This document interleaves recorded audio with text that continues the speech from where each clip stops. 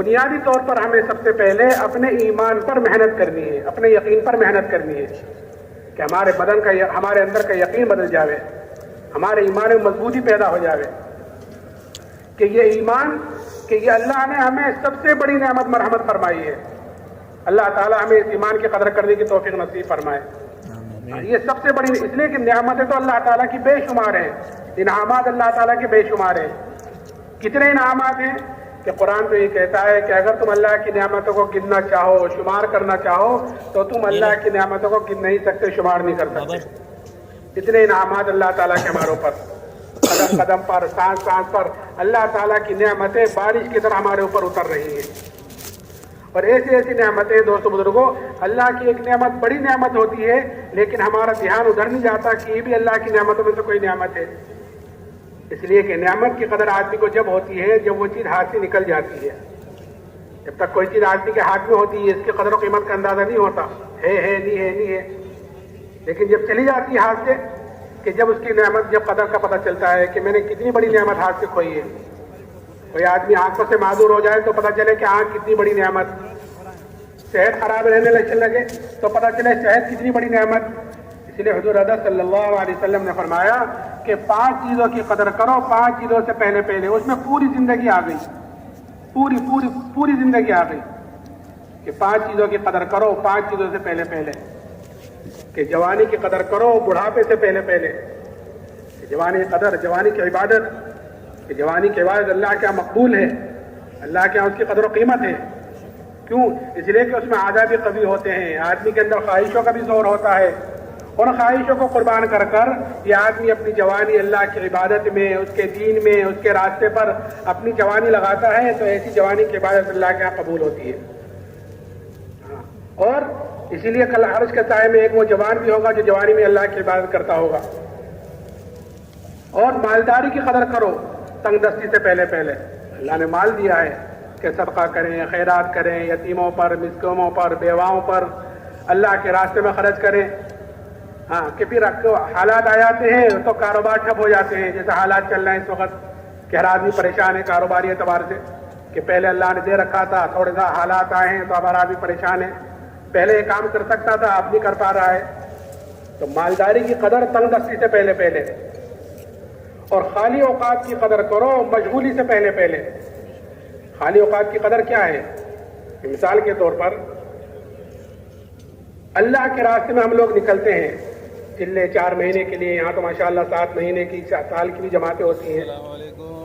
تو ایک حدیث پاک کا مفہوم ہے کہ جو آدمی 40 دن اخلاص کے ساتھ ایسی طرح نماز پڑھے کہ اس کی تکبیر اولیٰ فوت نہیں ہوتی، جب امام نے اللہ اکبر کہا اسی وقت یہ بھی نماز میں شامل ہو گیا کہ 40 دن اخلاص کے ساتھ ایسی طرح نماز پڑھے کہ اس کی تکبیر اولیٰ فوت نہ ہو، تو اللہ کی طرف سے 2 بڑے پروانے اس کو ملتے ہیں، بڑے پروانے، ایک جہنم سے چھٹکارے کا اور دوسرا نکاح سے بری ہونے کا۔ یہ 2 بڑے پروانے اس کو ملتے ہیں جو 40 دن اخلاص کے ساتھ ایسی طرح نماز پڑھے کہ اس کی تکبیر اولیٰ فوت نہ ہو۔ تو اس حدیث پر عمل کرنے کا اللہ کے راستے میں نکل کر بہترین موقع ہوتا ہے۔ کہ میں نے مثال کے طور پر جیسے کہا نا خالی اوقات کی قدر مشغولی سے پہلے، میں نے مثال کے طور پر کہا کہ ہم نے وقت کو فارغ کیا ہے، نہ گھر ہے، نہ کاروبار ہے، نہ بیوی بچے ہیں، نہ دوست احباب ہیں، نہ کسی کی خوشی میں جانا، نہ کسی کی غمی میں جانا، کہ ہر وقت مسجد ہی میں رہنا ہے، گشتوں کے لیے، ملاقاتوں کے لیے گئے، پھر مسجد میں کھانا پینا، سونا، اٹھنا بیٹھنا۔ اس حدیث پر عمل کرنے کا یہ بہترین موقع ہے، خالی اوقات ہم نے وقت کو فارغ کیا ہے۔ اگر اس حدیث پر یہاں عمل نہ ہوا تو گھر جا کر اس حدیث پر عمل کرنا مشکل ہو جائے گا کہ وہاں مشغولی کا وقت ہو گیا، گھر ہے، کاروبار ہے، بیوی بچے ہیں، کسی کی خوشی میں جانا ہے، کسی کی میت میں جانا ہے، کہ اگر عمل کرنا بھی چاہے 36 دن تک پڑھتا رہا، ایک دن چھوٹ گئی کہ اس فضیلت سے تو محروم ہو گیا۔ تو خالی اوقات کی قدر کرو مشغولی سے پہلے، اور زندگی کی قدر کرو کہ موت سے پہلے، کہ 5 چیزیں بتلائیں زندگی کی قدر موت سے پہلے۔ میں نے کہا انعامات اللہ تعالیٰ کے بے شمار ہیں، لیکن ان تمام نعمتوں میں جو سب سے بڑی نعمت اللہ تعالیٰ نے مجھے اور آپ کو مرحمت فرمائی ہے وہ ایمان کی دولت ہے۔ اس لیے کہ آدمی خدا نہ خواستہ اگر ایمان کے بغیر اس دنیا سے چلا گیا